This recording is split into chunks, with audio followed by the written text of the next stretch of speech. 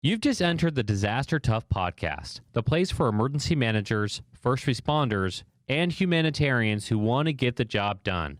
Stories, lessons, and tips are provided by field experts. I'm your host, John Scardina, owner of Doberman Emergency Management and former federal emergency response official who's responded to some of the most extreme disasters. Disaster Tough is our mantra. It combines experience, training, and analytics in order to be successful at any stage within the disaster lifecycle. It means being a professional in emergency and disaster services. Doberman Emergency Management lives by this. If your organization needs to fill a gap, please contact us. We can help. Contact info is in the show notes.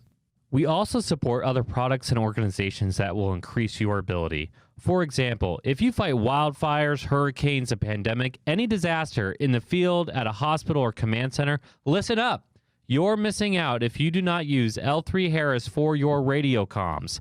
They are secure, portable, mobile, and scalable, which is great news for us in the field. A truly disaster-tough radio system. Check out the XL family of radios by clicking on the show notes or simply go to l3harris.com. The battle to monitor and contain COVID-19 just got exponentially better for us.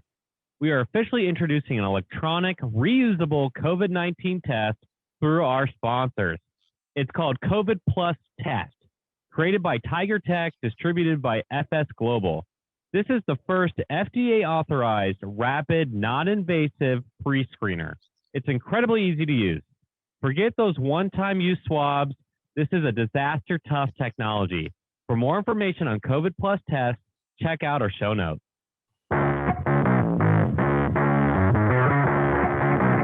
Welcome back to the show, everybody. It's your host, John Scardina. I am so excited for this week. 2 weeks ago, I was at a state urban search and rescue conference down in, or basically north of Orlando, Florida. I met just amazing men and women who are true heroes and have a ton of courage. And they were out there doing medical training for search and rescue. And they were in pancake buildings the entire time. And they were working on just like really intense situations. And I got to be there to observe and to do after actions and to see how that coordinates with, the bigger picture with strategic planning. And while I was out there, I met Walt Lewis, who is a district chief in Orlando for fire. And we had these amazing conversations talking about, the role of firefighters and the future of firefighting and what's going on and what's some of his career experiences. And I was like, man, we have to have this guy on the show. And so he's actually with the Florida Task Force Floor, which is out of Central Florida. So he can talk about USAR there too. Well, welcome to the show. Hey, John. Thank you very much for having me. I was just talking about how I should call you Chief Lewis on the show, and I introduced you as Walt. So No, it's okay. That's what my parents named me, so that's where I started out as. I'm very fine with that. That's awesome. So yeah, you're obviously a really cool guy because, like, when we were talking out there, and I was seeing how these different parts of emergency services coordinate and work together, and this very what do we talk about? This like hyper specific field of medical USAR and how to move into that from the firefighting side is just really incredible to think about. And, just looking at the use cases there, let's talk about going back from your experiences. How did you get into firefighting, and then what drove you towards the USAR perspective? Okay. I'll try to keep it short. So anybody that knows me, I have like a 44. My wife always jokes that I have a 44,000 minimum word per day use. So I'll try to keep it in under an hour. That's good for podcasting, by the way. Yeah. Okay, all right. I'll keep it in mind. We're gonna have to do a part 2 after this. All right. Okay. So I was fortunate to be exposed to it early on in life. Both my older brothers, my father were volunteers in a small town in Maywood, New Jersey. And each of them were very active in the volunteer firehouse. Being 9 years behind my older brother, I, as a youngster, was seeing the fire trucks and the enthusiasm. And as time grew on, my father retired, moved to Florida, and I got to be an explorer in my hometown of Palm Bay. With that, the exposures were there. And early on with Palm Bay Fire Department, when I got on there, we responded down to assist in what we thought we were assisting with Hurricane Andrew. And that was my first exposure to USAR. Here's this major natural disaster. I was dating a girl down in Miami at the time, so I knew a little bit of the area. And to go down there, our people that coordinated it didn't want it. They took it for what it should be as far as a disaster.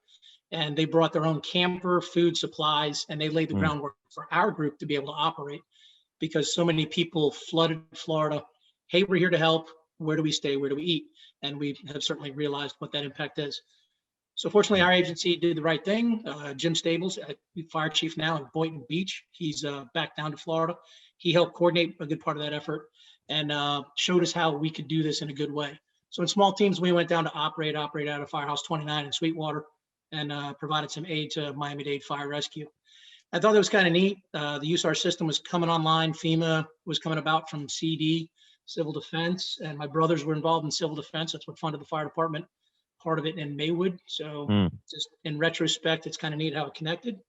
Yeah. And then fast forwarding, getting on with Orlando Fire Department after a couple of years with Palm Bay, the 9/11 disaster, the 9/11 tragedy highlighted the need for regional and local teams to be able to be self-supportive, at least for the outset of the emergency, unknown if there would be just an isolated event. Prior to then, it was really thought of disasters being pretty much localized or sole in their aspect. But here, 9/11 really pointed out that you would have major disasters in so many locations. Outside of the hurricane or the earthquakes in California, where you had large areas heavily devastated, here you've got the Pentagon impacted, the trade centers impacted, and had the Flight 93 made its impact where its destination was another site, perhaps. So that highlighted the USAR system. And then we were fortunate with Orlando, City of Orlando, Orange County government, Seminole County government, aligned to create under the umbrella of the state of Florida to create one of the regional task forces. And with that, Florida 4 was born. Originally, 12 teams were supposed to be created. There weren't enough areas to support it. Florida's 1 and 2, which are already in the system, is FEMA teams. Were also pulled under the umbrellas of Florida Asset. So they're a dual role team and they're a great set of assets. It's great having older teams with more experience and seasoned veterans there to kind of give us some guidance on things. And they've been some great heroes in my career to help me with get answers. And I'm very fortunate to have one of them that's retired from Miami-Dade, Dave Downey, living in the Orlando area. So I get to talk to him every once in a while and get some really good insight on stuff. And I have a great pleasure working with him because years ago, he was a guy, and I still do, look up to and want to follow as far as his leadership and great decision-making. So I try to follow what he's laid before because he's done, a lot of people have done that great job and I want to continue that tradition. So that puts me in the position of joining Florida 4 in 2003. The team stepped on board in 2004. Hurricane Charlie hit the map, crossed Florida, and then two other storms followed suit, Francis and Jean, and each of those crossed the Orlando area. Once we were able to step up our team and get out the door, we started to become active. Light rescue, a lot of searching and verifying was done, and being able to support the community in humanitarian needs was started. So our team got a couple of deployments out to Wilma, Katrina, Ivan, and with all those deployments, we got quite a bit of seasoning. And then we had a drought, which was kind of good for the nation, kind of good for a lot of areas that we didn't go out the door for another 12 years. So it was a challenge staying on the team, staying motivated. I saw people do a whole decades of service on the team and never deployed. So that part's a challenge in keeping people motivated. Now, as I've advanced and had the pleasure, I have the honor of now serving as one of the task force leaders, I get to be that cheerleader still and keep people engaged in the team. And it is easier when you dress up for the rehearsals a lot and then there's a performance. So if you're a bridesmaid a bunch of times and you don't get married, it gets a little disappointing after a while, yes. So for us, we're fortunate that we get that opportunity, but we never like to see the tragedy. We just always are happy to be able to assist like any team out there. Okay, so you hit on like 12 different topics that I want to talk about. So that's awesome. I'm glad that you're the 44,000 minimum because I'm the same way. So let's go down this list a little bit because I was literally writing this down as you were talking. You mentioned Andrew, which is a game changer. You mentioned 9/11. You mentioned Katrina. You mentioned all these different events that have really changed both the USAR perspective and the emergency management perspective. If you really think about it, like for our listeners, I keep saying that everything before 9/11, whatever emergency management was then, is not what it is now, and it should not. After this pandemic, I hope more people wake up to like what it can do in terms of coordination, and we hit that next phase. And we can talk about that later. But you're talking about some major events that are happening, and you're involved in those in one way or the other. And so that's awesome just to have that perspective on the show. And then you kind of switched over, and you're talking about leadership, which is a very big thing that we talk about here. And I thought it was interesting how you're talking about keeping people motivated. It's kind of, we're kind of in a weird field because we never want disasters to impact people, but we're in the field for a reason. We want to work. We want to get out there. We want to be able to prove our skills. And whether you're, I don't know, an emergency planner, you're a firefighter, you're, you know, humanitarian aid doing a nonprofit, you want to be able to do your job and to help people, essentially. When you don't, actually, I'm going to back up for a second. So a week or two ago, we had Joe Delamuro on here from FEMA, and he talked about, how do you say? He's like, hey, you have to go to your town and say, hey, I need money to stop bombs from happening. You hope that a bomb will never go off in your city, but how do you get funding to make sure that bombs never go off in your city? And so like you're always fighting the money man there. On the same side, how do you talked about keeping people motivated?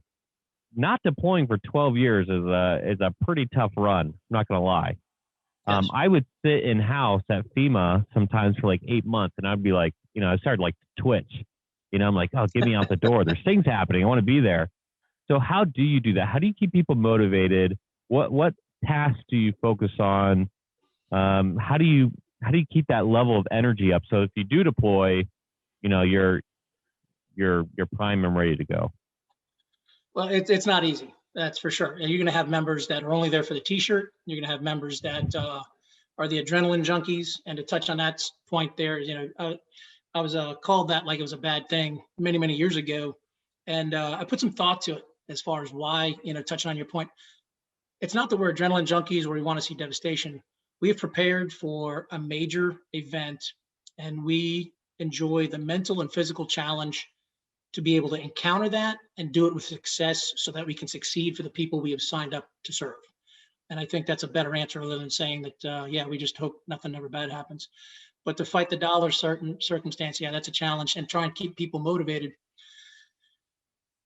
Big thing is training. There's always the events. We don't know what Mother Nature is going to throw at us next year, but there's always a man-made problem that can come about. There's been enough tragedies here as of late that identify that we need to be on our guard. And as a USAR team, we need to be prepared for whatever is under our umbrella and capable. But ultimately, it could be anything. It could be wide area search. We started developing our team for that when several children, a couple high-profile cases of the area, went missing, and we could have been tasked as a utilized resource. We have the rank structure, we have the radios, we have the personnel, the equipment, the people, the vehicles, the GPS units. It was just a matter of being another extension, and sometimes we just weren't thought of, or we weren't employed, or what's going to cover the insurance. So it wasn't planning on the front side to enable that, so we could work on that. But before they ask us to go, let's make sure we can answer that call. So we did training in that arena and got a lot of people. And we had some experts in the field that were less involved members, but when they're engaged and tasked with the project, they become more engaged and more interested in being involved. The biggest thing, if anything, it's consistency. If you don't have consistent training every month, every 3 months, people start to forget about it, and then they dissociate and they do it. They put their time to something else, and it's always going to be cyclical. People have kids, they get older, they retire. Again, people that want the T-shirts, they don't have the enthusiasm to begin with. So you got to keep at least the majority engaged. You're not going to get everybody, but understand your audience and what is their motivation. I mean, that's a leadership principle of plaguing every service. But you've got your veterans, you've got your boomers, you've got your Gen Xers, millennials, everybody in between. What drives them? What's their motivation? What do they want to achieve? And how can you make your drill? Can you make your training, your team fulfill what they want? And just using what Forbes lists, you know, why do people leave jobs? It's not money as the top answer, it's fulfillment. So if we Right. can fulfill some of our members, even if it's a short amount, if it's an hour training, 2 hours, hey, coming out of the firehouse from 9 to 11, we're going to be doing some training, come by the warehouse.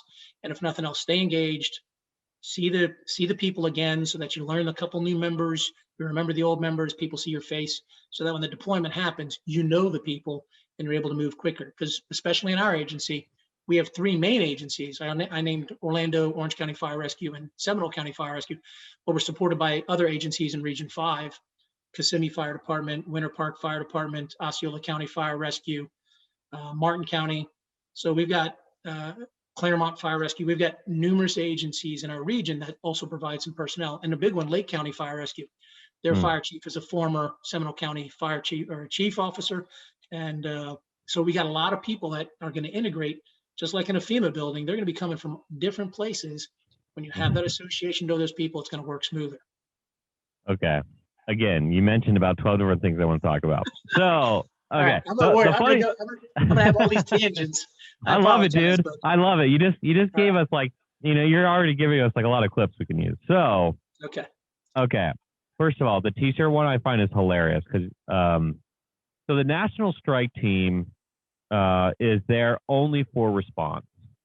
And so if there's not a response, we're really not doing our job. We work on policy. We worked on training. We did a ton of training. We'll talk about that in a second. But when I would get it deployed to the Hurricane Harvey, the Hurricane Matthew, the wildfires, the tornadoes, and whatever disaster we got deployed to, and 90% of it was natural. One of my metrics for demobilization was when staff that we'd bring in, because we'd have, I had 200 staff and we had 25,000 people deployed. When my staff started asking me about t-shirts, I knew that it was time to go home. We're not in a response anymore.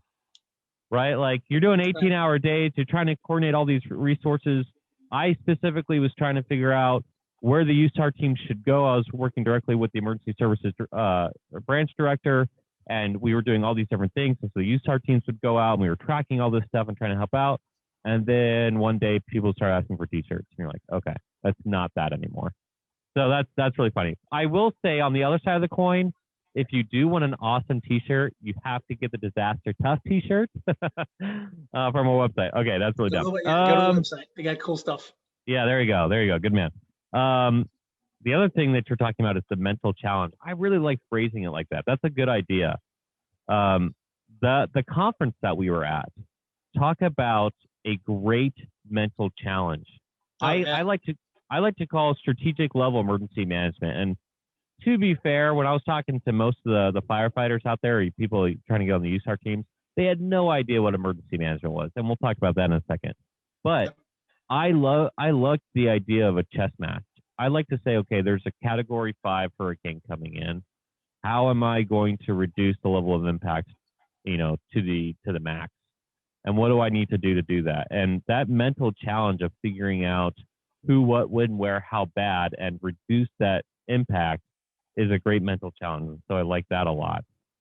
And then what you're talking about, this last point, and we're going to talk about this one quite a bit, where you can fill us in here, is consistency.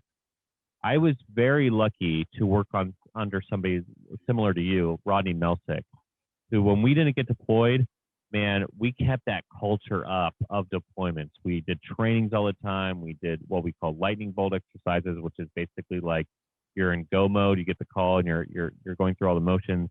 We did a lot of training, and we just refined and refined and refined. And so when we went out, there wasn't any rust, right? And luckily, I was on a team that we didn't have a lot of teacher people. They brought in the best people. But consistency is really key.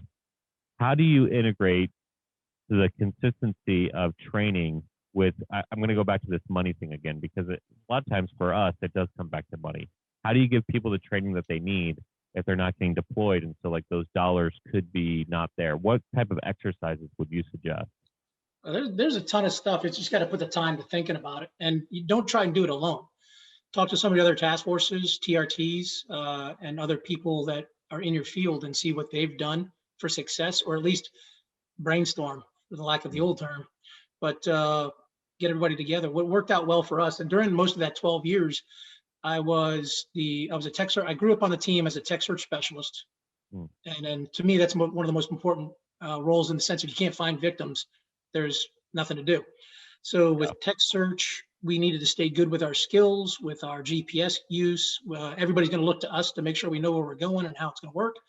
So let's stay focused on what our demands are. And to work with a small group, I approached our team management and said, hey, doing the rope training is great, doing the confined space training great, all it's good, but we're not staying highly proficient on our skills. And what's important is frequency, recency, and accuracy equals proficiency, right? Oh, I So like that. by having those three things, if we're not frequently training on it or doing it accurately or not doing it recently, we're not going to be good at it. So ask the team management, would you mind if we broke away and did our own group training for canine search specialists and tech search specialists? And it's open and available to anybody else that wishes to attend, and we'll need those extra help. So we started working with our canines, and I got to see firsthand some of our dog operators, and they are fantastic. They are fantastic. Love those as resources. And I had true faith in our canines when they would go out and search. If Marsha's dog hit, I knew there was a victim there. It wasn't, I needed another dog to come check, because in seeing their dog operate all the time, I had confidence. Same thing with Susan Wesley's and Jen Brown's. And I knew that the dogs were doing their job, and I could have confidence that we could start doing the rescue work rather than delaying it any longer. If I was in the pile and a dog barked at me, I would really like you to start coming to help me, rather than waiting for another dog to come bark at me. Yeah. But I understand the reasoning, so I can Yeah. appreciate that too. But the fulfillment part of it, doing those training skills, look at where you may be deficient. What do you truly need to focus on? But also, what can you do at the cheap? There are other agencies that need to do training as well and have a small training budget, but can't fulfill what they want for their training because they don't have enough people or resources. Fish and Wildlife Commission. Hey, Fish and Wildlife Commission, what do you guys got going on in the next year? Well, we got a couple of flight trainings we got to do, and we got some ground search. You mind if we integrate? That would be great. So with them, we got to do airframe training, find out what equipment we can carry, how far we can go, how long the airship can go, how to do loading procedures. They teach us, we teach them everything on the front side. So when we go out and we have to meet, we already know these people and we know what exactly we're going to do. And it was their training budget we used. We just supplied the people to drive down to Lakeland Airport. That's awesome. Oh, we're going to Lakeland Airport to do the training. Lakeland Fire hosts a technical rescue team. So I call Matt Brown. Hey, Matt Brown, we're going to be in your backyard. Would you like to get some training in? Free training for him. It happens to be in his backyard. So 3 different layers of training involved, all on the cheap. Search and rescue training. You can do search and wide area search training. It's not much to take out maps, but you could do search training in your own backyard. That's easy. Everybody knows the major geographical regions, but pull out a map of the Apalachicola National Forest and give it to our search managers. And now they got to try and work on an exercise. We're deployed to here, lay out where you're going to do and where your boundaries and what you expect your genuine travel time for your people in doing their wilderness search. How do you set up your drills? What are your support mechanisms? And have them truly walk through everything and have it come out with, and then have the experts stay silent. And then at the end, let them follow back in with, all right, think about these other couple things rather than inject every little thing. So this way they learn, not necessarily the hard way, but they truly get all their thought out of their head and then get the introduction of the extra points. And it's as much as you want to try and do. Really, what's going to be your priority responses, and work your way down. Just because it's possible doesn't mean it's probable, but go with the probable and handle the possible as well. The disaster medicine, for a while, we had some pretty motivated medical specs. We were getting that cadre back again. We would integrate them with a couple exercises. And not only did we find the victim with the dog, search them with a camera, hurt them with a DELSAR, but then we had a med spec come out. We would remove the victim to some degree, and then the med spec had to medically manage the patient in the pile. Future training we hope to set up, and hopefully with the development of our future training center, we can create that training environment that will integrate every aspect of our USAR components. And that's something I see. Here's another segue for you, is some of our training facilities, they do really good for a couple points of USAR, but not all of them. They might be good for structural collapse or for shoring or search, but not really good for the medically needed management patient, like the MSOC training that you went to. Joe does a fantastic job with the group for Disaster Medical Solutions of setting things up to make it as realistic as possible. And that should be the run or the sprint level And sometimes we do have to do that crawl level with our personnel so that we can get to there. But there's always some crawl stuff we can do. We can always do GPS training. That's free. We can do map training. That's free. We can do winch and off-road vehicle operations. That might be a cost incurred because you might break something, but there's a lot of little things that you can do. And again, look at your priorities. Okay. Wow. Again. So this is really interesting. You talk like a firefighter, but you are using emergency management principles in pretty much everything you're doing. So far, you've talked about 3 of maybe 10 things that we hit on. You talked about the issues of planning, specifically planning before a deployment, and so that can create a hiccup. That's a big time emergency management thing of like coordination and planning. So I already used the word coordination. Coordinating between different teams is what emergency management really does. I keep on saying, I run a company called Doberman Emergency Management, and yet I think emergency management is a misnomer, and so that's kind of my problem. But emergency coordination is really what we're supposed to be doing. Great emergency managers, great first responders coordinate with all the different groups in the house. And quite frankly, when you're out there doing your job, you shouldn't be coordinating at that point. There should be somebody behind the scenes assisting you to helping to coordinate those resources. And the last thing you talked about was training. Joe Hernandez in the Disaster Medical Solutions. I do not do endorsements on the show very much, but I will say this. I 100% endorse Joe Hernandez and the Disaster Medical Solutions. That was probably the best training, skills-based training I have ever seen. I have been to a million trainings. In fact, I've put on a lot of different trainings, and hopefully those went pretty smooth as well. However, this was like top tier for sure. Fully integration. By the way, he kept on saying crawl, and that's kind of a huge pun for USAR. I don't know if you caught that, but I've never been in a pancake building so much in my life than last week. And as an emergency manager, I kept on every day. I would get these notes, and I'm like, man, there needs to be so much more coordination between our side of the house and the USAR side of the house. But in terms of that training piece, like every day was flawless, right? You had the skill-based training in the morning, or the discussions in the morning, and then the afternoon and evening, they would actually go out there and do it. And when I say do it for those listeners, they had cadaver, and they were actually performing, amputations and tracheotomies. And I learned about ketamine. Like everything in the pancake buildings was about 300 ml of ketamine, and then another 200. And I was like, okay, I basically can do USAR now. Yeah, like let's talk about that USAR training specifically, because you're out there as an instructor yourself. There was a lot of instructors. It was almost 1-for-1. Well, it was like 20 instructors that I counted with 36 students. A lot of different skills going on. What do you think sets apart that training? And in your perspective, am I missing something? Is that just kind of the standard, or does that training really stand out for you as well? No, I didn't. And I'm not going to denounce any other training agency or groups that are out there. There's a lot of great ones out there for sure. But Joe has dedicated from the early days, and this originated underneath John Holgerson and Rescue Training Associates many years ago, where we provided the disaster medical specialist class. And eventually when that company folded, Joe kept this going and created Disaster Medical Solutions. And he has the eye and super nice guy. I know. Just salt of the earth, super great humility, but he has the ability to just create great connections and friendships with people.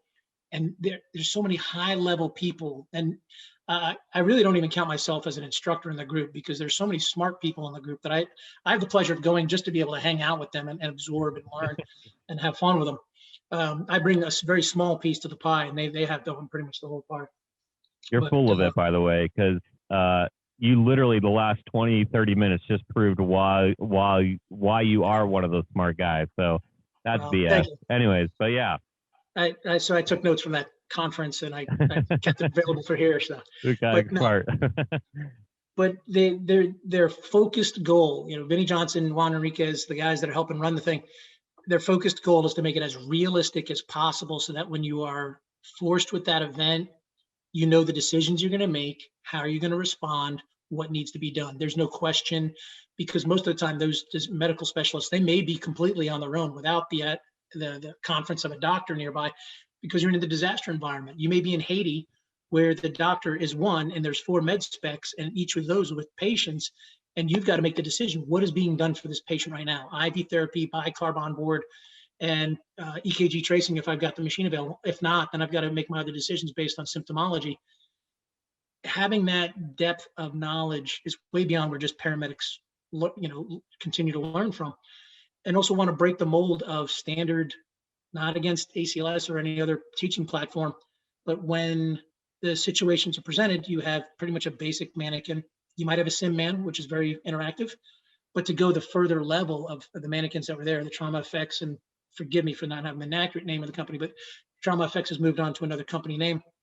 And to have the realism that's there with that high level, multiple patient scenario that is true to life, it immerses you in the true scenario. So when the students would come in, we had to break the mold.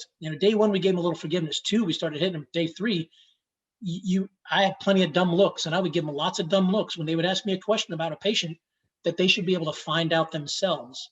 But they wouldn't get it because they didn't take their gloves off, their work gloves, to expose their patient care glove to touch the patient. I'm not going to tell you anything. This is not a mega code. This is a real life scenario. Do everything that you can. The patient will talk back to you. The noises, the smells, the sounds, everything's coming about to make it as realistic as possible. So it is all information-based decision making, not just me telling you something. It is all your sensory input. So it's sensory input decision making rather than information. And for those scenarios, the last day, the goal is to have live interaction. The location couldn't be much better. It's Florida State Fire College. It's got a great pile, but also it's when fire standard students are there, and lots of them are very energetic and interested in participating and learning. So they're right there, and they make great role models or great model actors. So they get moulaged up and supported features. And you'd mentioned about the student-to-instructor ratio. If we engaged in a football game, we'd probably give them a run for their money. Absolutely. Students versus instructors, because it was, I think it was 1 to 3 as far as in orange shirts, but it was very close to being 1 to 1 or 1 to 2 in a lot of scenarios.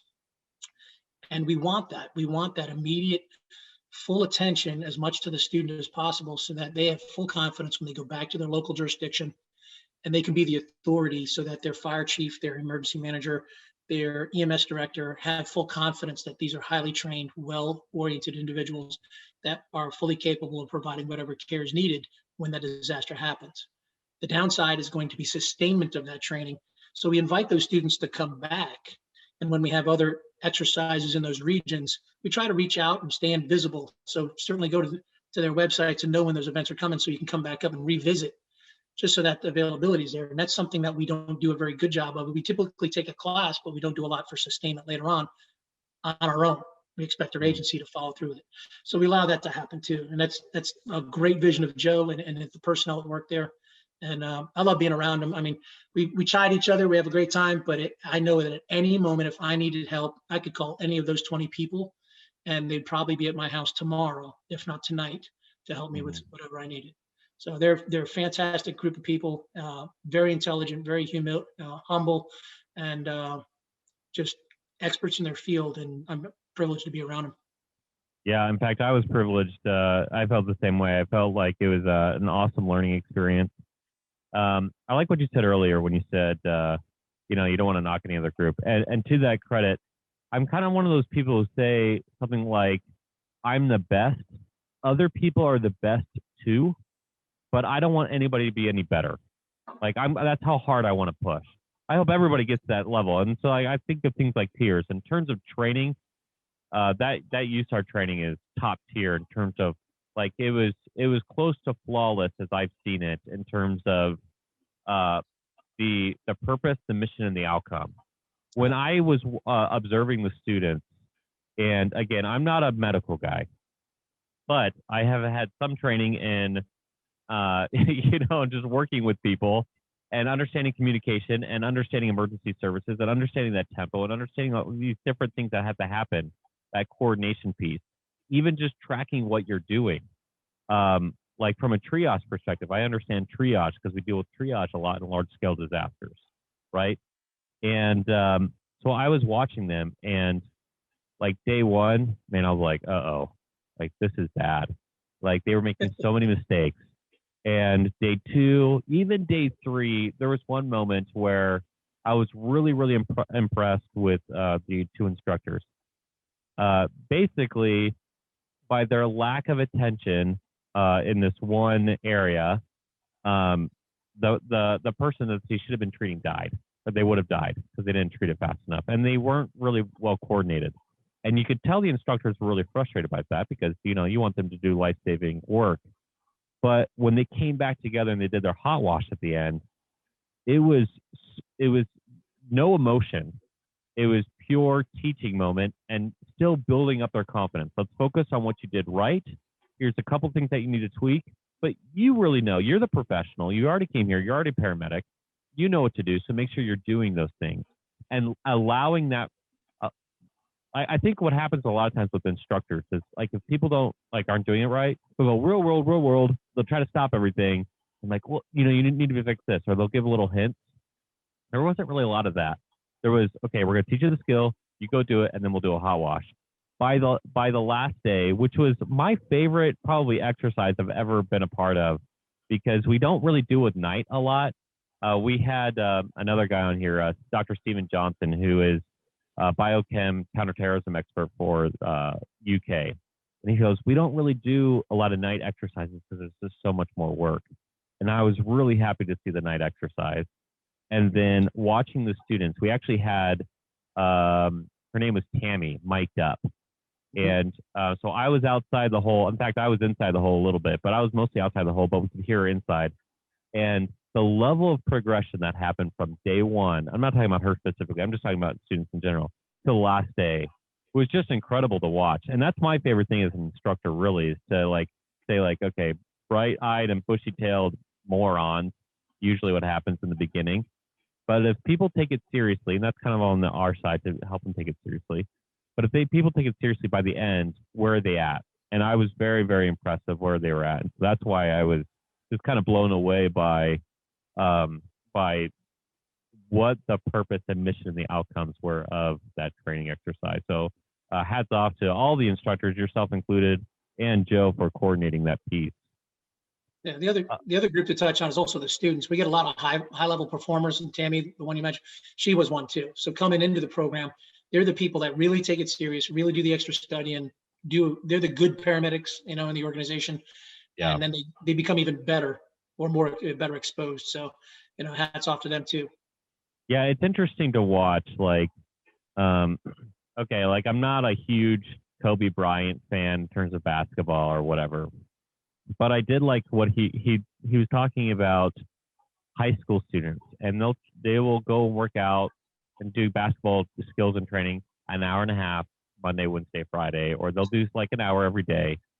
And then he was like, okay, compare that to a kid who does 3 hours every day. And just like, what happens after the year? And he goes, it's simple math. Like, if somebody takes it seriously versus somebody doesn't take it seriously and does like 100% their effort, whatever their level of effort is, whatever their capability is in the beginning, it doesn't really matter. So like if you're listening to this podcast and you're like, okay, I'm like really bad at X, Y, and Z, and somebody else is naturally just amazing, it doesn't matter. If your level of effort is always to the max and theirs is not, you will eventually be better. And you definitely saw that with a lot of the students. Another student that really impressed me actually from a coordination and communication standpoint was a student named Cody. There was one exercise where I was watching this thing. Again, I'm in the actual hole. They're not relaying information very well. There's 5 different parties talking on the outside of what they should be doing on the inside. The inside is trying to relay information, so neither party is communicating. And Cody just goes, everybody shut up. He was like the instant commander or whatever. He's like, everybody just got really quiet. He goes, what do we need? And he says that into the hole. They relay it back and says, okay, let's get them X, Y, and Z right now. And I was like, that's the word. And a little bit later, he was like, is there this is a really funny moment for me, actually. he was like, "Is there a code word for trying to get everybody quiet?" I was like, "You just used it." He's like, "What?" I'm like, "Shut up is the code word." Like that, Yeah. that is the way to get everybody to be quiet. And sometimes that has to happen. Now, the problem with that is once we told them that, or once I relayed that information, the whole group kind of got excited with using shut up. They're like, used it a little bit, maybe too much, but Right. it shows that like communication is a big piece. And I thought that was another great thing about the challenge, because you're treating them as if they should be able to do it and you expect them to do it. And I think that's part of the reason why they were trying very hard. It's like they wanted to live up to that expectation, right? Yeah. And going into those drills, typically he's not going to be the whole leader, the whole search manager, the whole, what we're trying to get out of that without telling them is that we're trying to develop you to be the authoritarian Yeah. in your respective role, so that you making that decision, you'll have that confidence that this is what we need to do. This is how we need to approach it. You need to listen to me, rather than being the diminutive, I'll do whatever you tell me, but I really think we should do this. We want them to engage their capabilities so that they feel confident and can make those decisions and get that message across. Maybe not by telling their team manager to shut up, but in a more appropriate manager. But in their peer level, they totally understand what shut up Oh means. yeah, in the peer level, it's okay. Yeah, you don't tell your boss to shut up. That's a big no-no. But there's a time and place, and he used it appropriately, I thought. And he got control of the problem and Mhm. got it on track. And that's one of the other skills that we're teaching without teaching. Yeah, I will say though, later in the week when we had some explosions go off. Before that, he was talking about like, well, with my group, we have explosions that are a little more real. And then the first explosion went off, and I caught him on camera. I got you, Cody. He flinched. I was like, I knew it. So it was kind of funny to catch him on that. But yeah, I think we just highlighted some really good points about training in general. I do that all the time in emergency management. I train people on active shooter because I did more of the operations stuff in DC. And so we talk about active shooter, and we do skill-based training with that of trying to get people away. It's like much more complex than run, hide, fight. We talk about, we try to make the scenario as real as possible. One benefit that I have that I don't think is utilized enough is this geospatial background that I have, map making and visualization. I think one of the reasons why the USAR training is so effective is because you guys were out there actually in the pile. Tabletops exercises can be great, and they should be utilized, pretty frequently. But, when you're able to pull in maps and inject, and people are able to do visualizations and start to make it as real as possible, then you start getting away from having to tell people don't fight the exercise. When people are fighting the exercise, it means, to be honest, it means the exercise wasn't developed very well, in my perspective. And so, like, it's a call to emergency managers, trainers, instructors, whatever, to say, like, this is exactly what we're trying to do. We're trying to make it as real as possible as we can, and go forth and succeed, right? And so, again, just hitting on all pistons. I'm giving a lot of praise because I was obviously really impressed. However, I will say, and maybe you can shed some light into this, I felt like pretty much everybody I talked to out there had no idea what emergency managers do. Like, most of the time I got was like, oh, you deliver the water, right? No, that's a loggy, right? Oh, you can get us food, right? No, that's someone in a VOAD. Like, I don't do that at all. And so I think there's this disconnect. We're all in, I've been trying to find a word for it lately. Emergency management and emergency services should be hand in hand. I really feel like that way. And it's not. It's part of the reason why there's so many disconnects in communication. That was a big thing in 9/11 that you brought up. You brought up 9/11. Police and fire don't even have the capability to talk to each other. Well, there's an after action.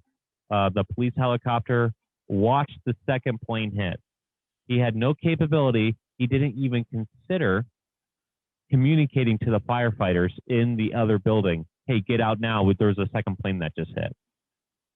And that's still a problem in New York City. There's this whole culture thing, BS. I don't care about people's culture. You're going to care a lot because you're a firefighter, but I don't care, right? In a large-scale disaster, it's about life-saving.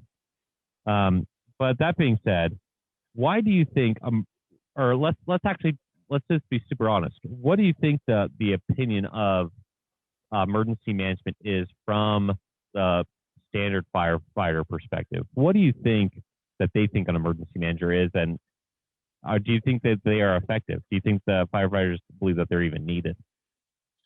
I mean, I hate to put words in anybody's mouth, so I'll speak from our perspective, Fair Orlando Fire enough. Department. Yeah. As far as most of it's just education. It's an understanding piece. We're very blessed. We've got a very good emergency management organization. We got Manny Soto and April Taylor, and they do a fantastic job. Through this last year, we had full exposure to what their involvement is by daily situation reports being published by them. I was a planning section chief. I tutored from April quite a few times, ran into her for some guidance on things quite a few times, always had the answer. And by having high level performers like that, you get spoiled. So you don't necessarily have to know what they do. They just work magic. But for what does an emergency manager do? If the person at the end of the nozzle or on the fire truck doesn't understand what they do, that can be okay.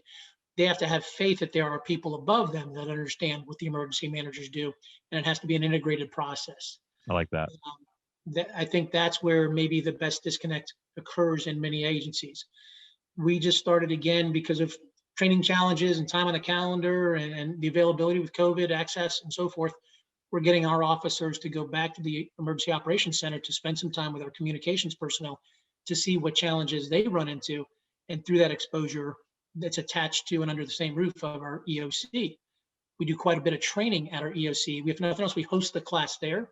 So our people get to sit in their environment, see the desks, how it's laid out. There's Manny. I can ask him some questions. And then a good number of our people, probably a dozen or better, are involved in some sort of project that integrates with them. So that helps. So the association, they're not just not a mysterious person behind the door that only shows up when a hurricane shows up, and then we have to ask them questions and they can't answer us anyway because I don't understand what they do. And what do you need me to do? We try to reduce that. So again, on the front side, exposures, integration, how can we make it happen?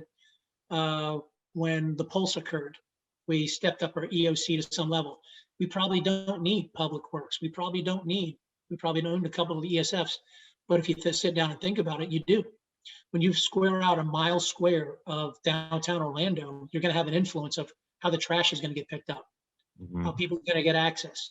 So the police having a say in it. So all the ESS, there's quite a few ESFs there that are going to be affected. And like you said, maybe not emergency management, emergency coordination of having the decision makers in the room that can all integrate and coordinate how it's all going to play out. How is this going to impact our community for today and sustainability? We want to be able to answer these questions because the decision I come up with is going to work out great for me today, but it's going to mess you up for the next month. So having those answers and people in place, and I think we need to give it more value. So where the big challenge I see is in emergency managers of being able to advocate to their community leaders of how valuable that role is. And sometimes they don't even know themselves. Maybe they haven't been in that position. One of the great performances I saw in Stepping Up, and it's just, there's thousands out there, I'm sure, a lady named Adrian Owen.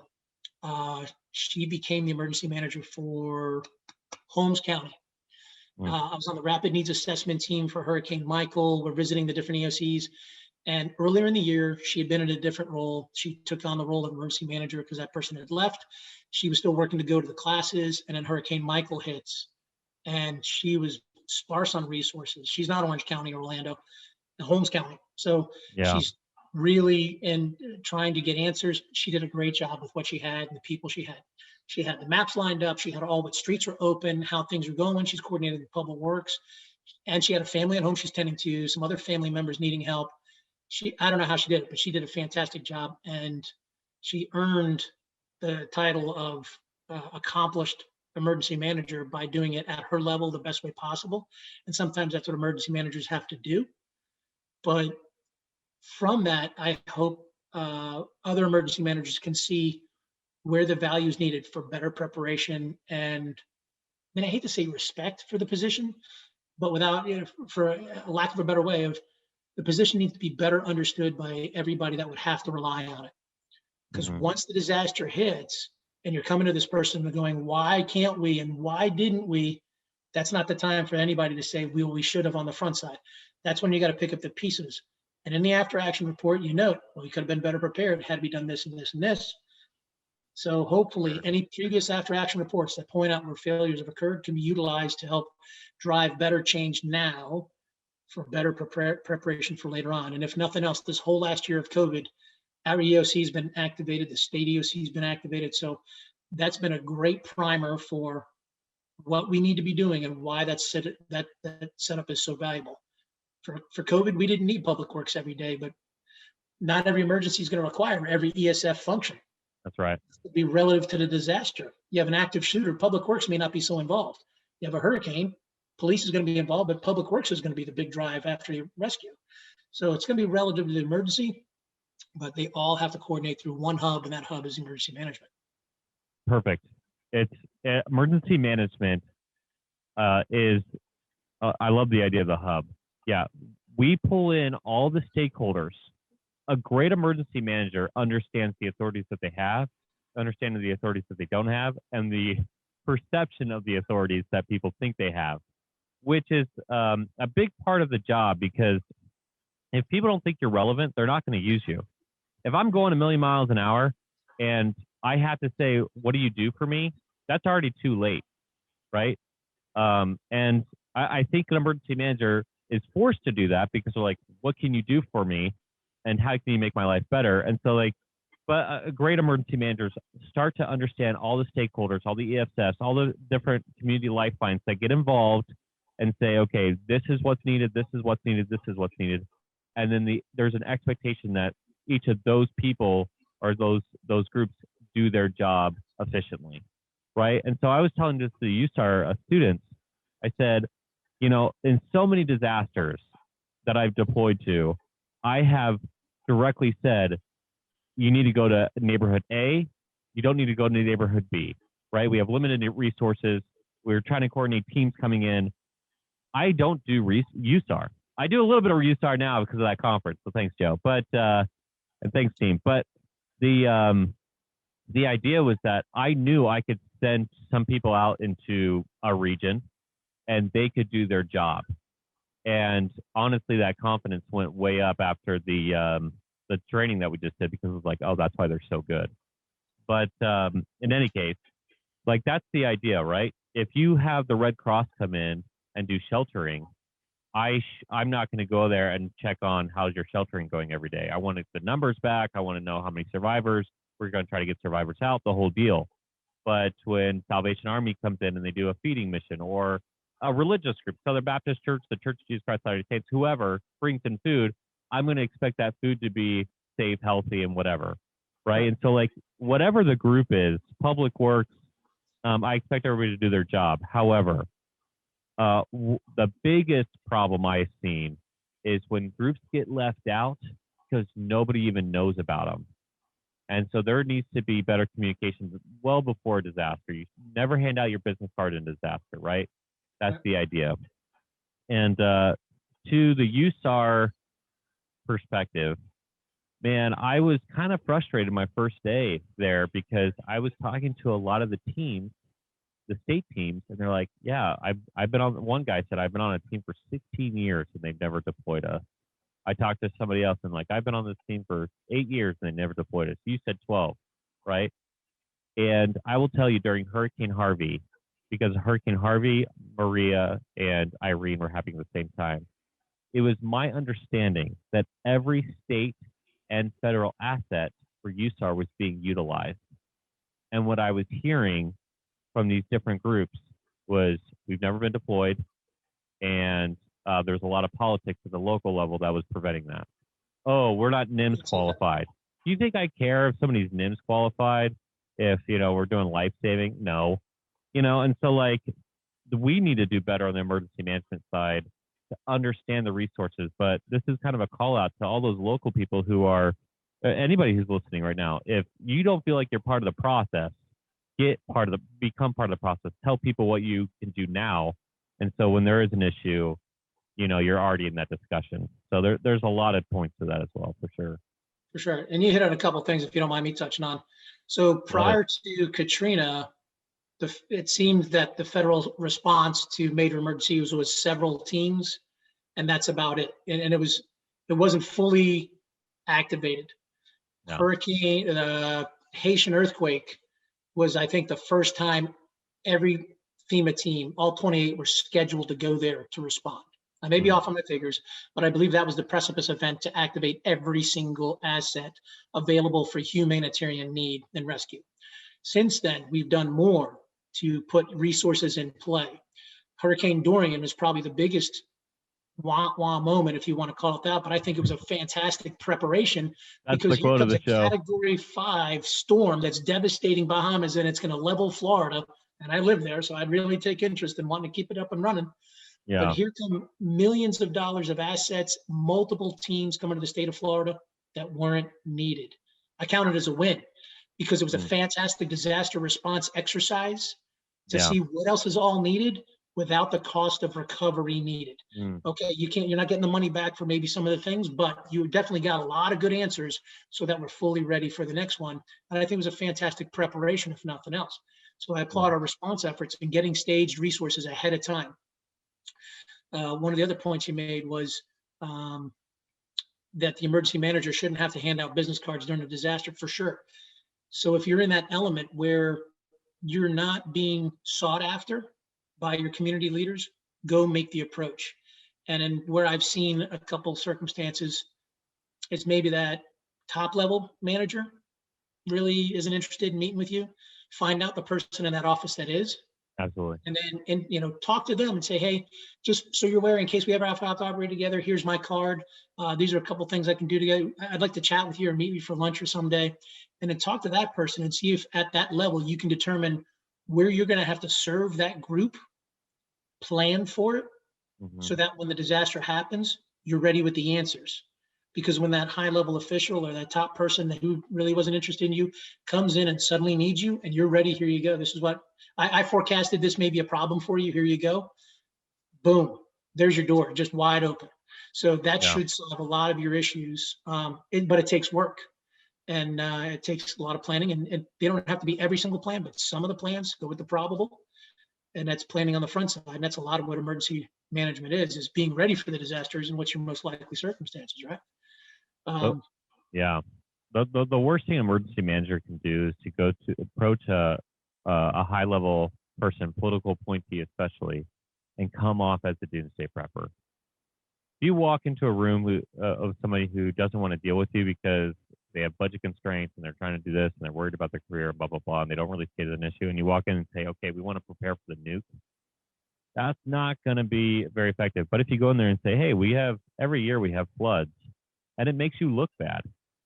Like the make you look bad argument is probably the most effective argument I've actually had when dealing with high level people, because they are career focused. I mean, we are in careers. It's okay to be career focused to a degree, but it's like, hey, you want to stay in office? You want to not have a crap storm hit you?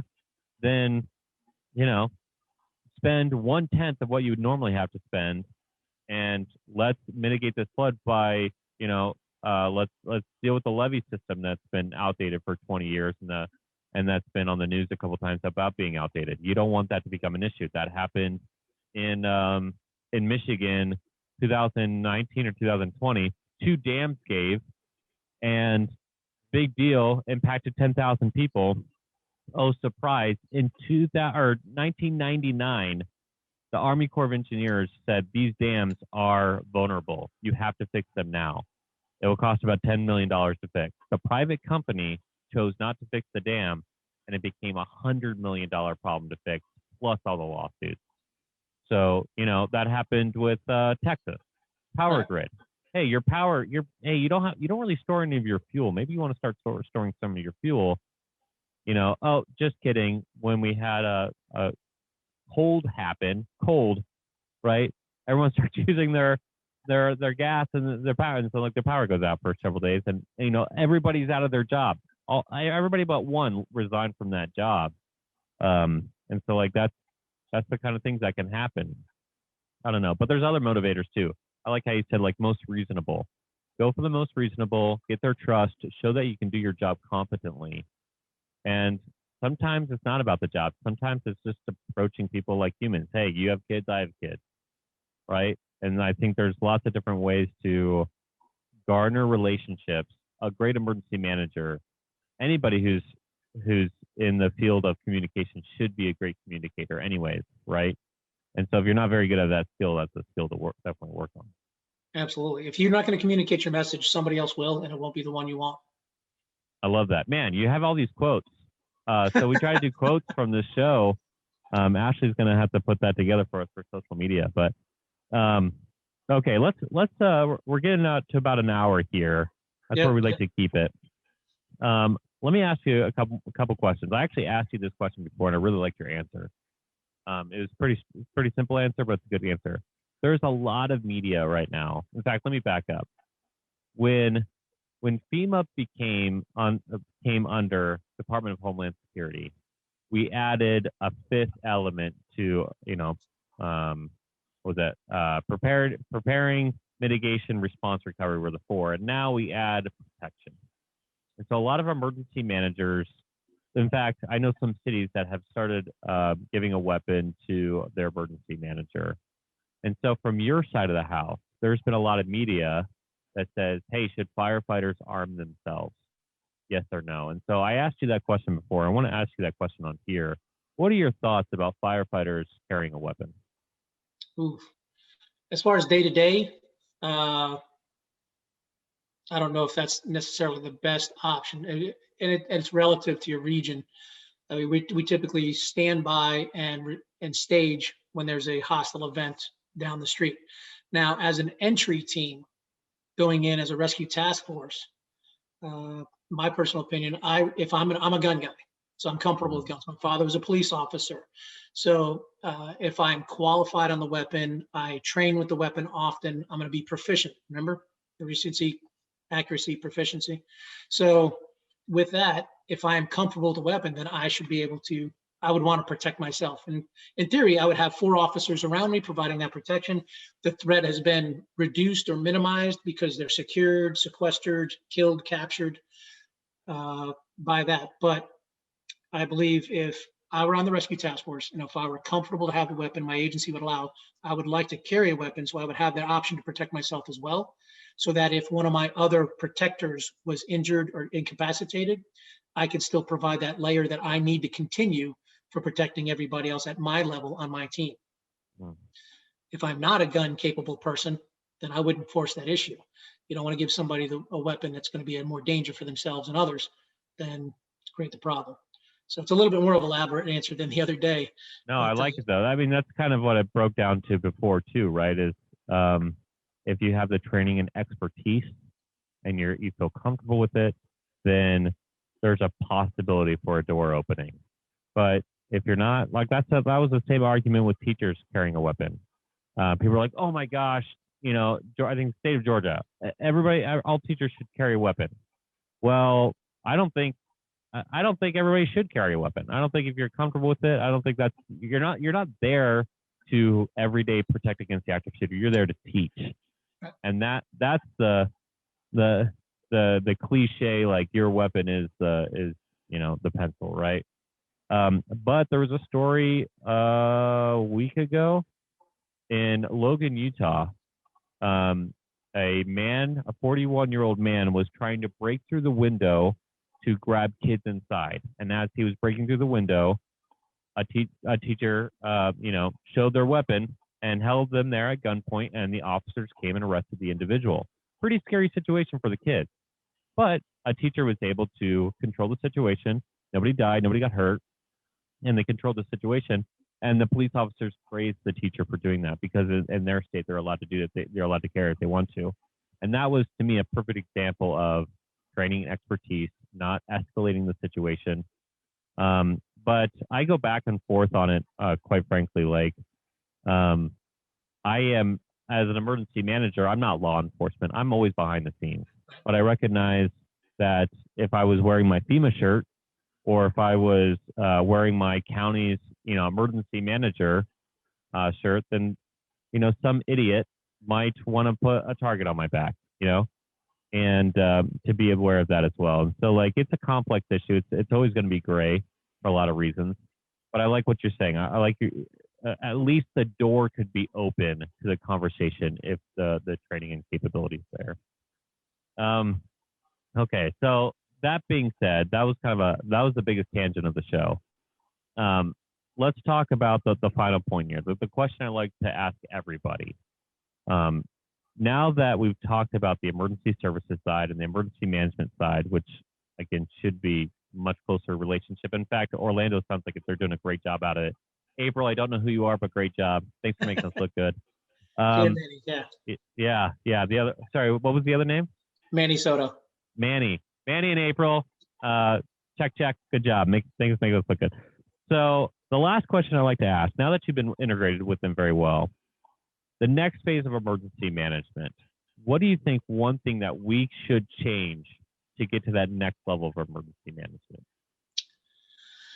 Well, unfortunately, money is always the big drive on everything. It's always the big challenge, and it's not about money. It's about budgeting, which is about priorities, which is about what we need to address first. And but if that wasn't always the big challenge, if we could make things happen, and this requires integration or a lot of cooperation. Airports, hospitals, large businesses, cities, all typically require events and training drills.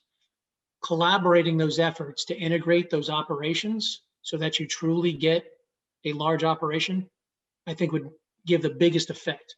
You would have to develop to that, so that'd have to be training modules up until you built to that. It would require work and forecasting and people staying consistent with the operation. Those are other challenges to face. But some of the best exercises I've been in, and the medical component, the MSOC conference you went to a couple of weeks ago, was a component of that. Was part of it was a CIDRA, a community involved disaster response exercise, and did a couple of those. There was one in Connecticut that I missed out on. I got to be a part of one in Wichita many years ago. Phenomenal. Multi-day exercise, multi-agency, multi-involvement.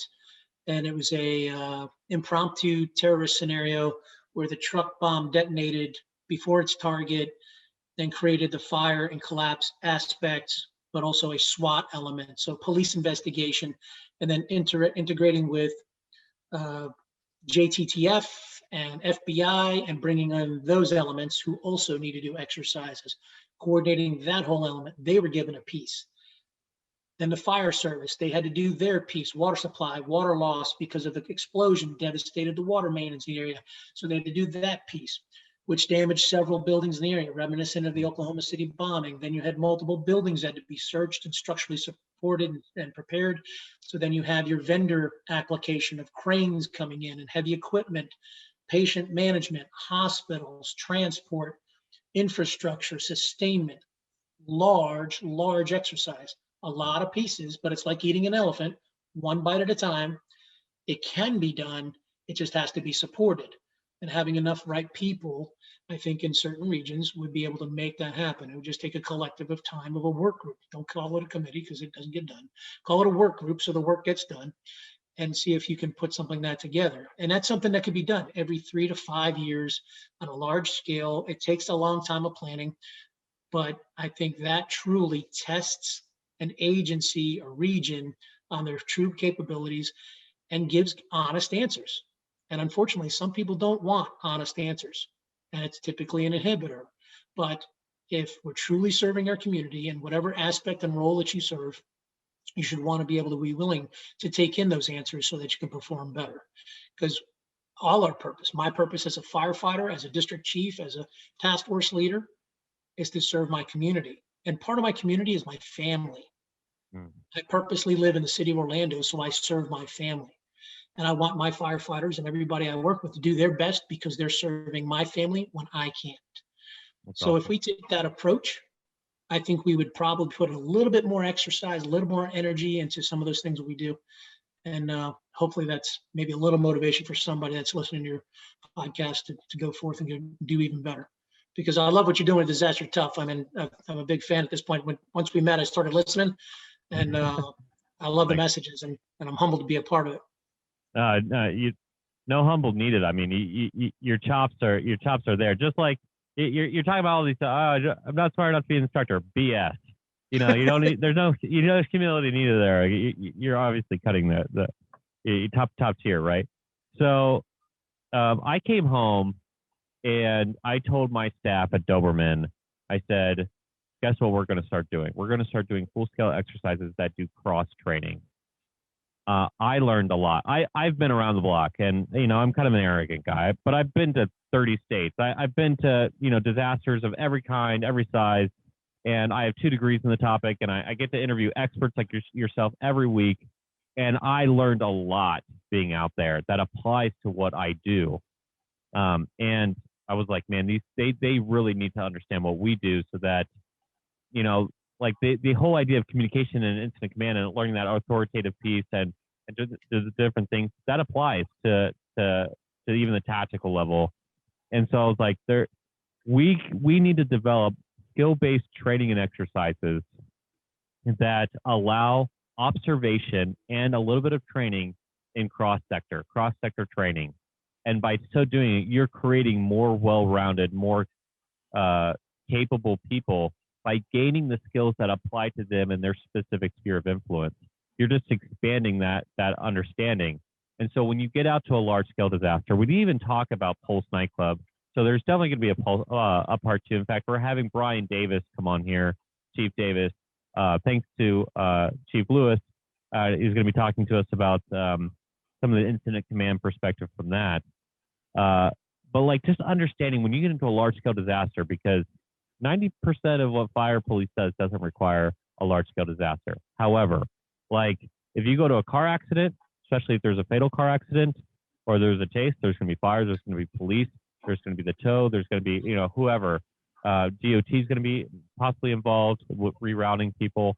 And so like there are a lot of elements in emergency management, emergency coordination that have to go into play, and just understanding how they work. And, oh, hey, I'm 45 feet away from the police officer. I literally cannot talk to him. Maybe an emergency manager can address that issue, stuff like that. So great call out about full-scale exercises, a lot more training, a lot more cross-training and full-scale exercises. I love all those points. I just want to thank you again so much, Chief Lewis, for coming on the show. You obviously know your stuff. There's going to be a part 2 if you allow us. There's going to be a part 3 and part 4, obviously, because it's been really fun to talk to you, and I'm sure our listeners are going to have the same thoughts. So thanks again for coming on the show. Absolutely. And I'm right around 40,000 words, so I still got a few left for another one. So that's if fantastic. If it works out, that'd be great. I appreciate the opportunity. Absolutely. Okay. So everyone, this is what happens every week. We love it and we hate it at the same time. We love it when you send us an email and let us know what your thoughts are. But we would really like it if you put it on our social media, the Disaster Tough Podcast on Instagram, Doberman Emergency Management on LinkedIn, either or for Facebook, that kind of stuff. We love the reaching out, so we appreciate for all those who do it. Don't be afraid to ask your question publicly. A lot of other people have similar questions, and that's probably the fastest way that Chief Lewis will be able to see those questions if you send it to us publicly and allow other people to answer as well. However, if you do want to work with Doberman Emergency Management, if you want to do full-scale exercises, you've been thinking about how this plays, you want to become a better emergency manager, whatever, send us an email at info@dobermanemg.com. We'll work with you there. If you like this episode, which you should have because it was packed with quotes, it was packed with great information from Chief Lewis. If you like that, you got to give us, again, we always ask, 5-star rating and subscribe. Let us know that you liked it, and we'll see you back next week. Thanks.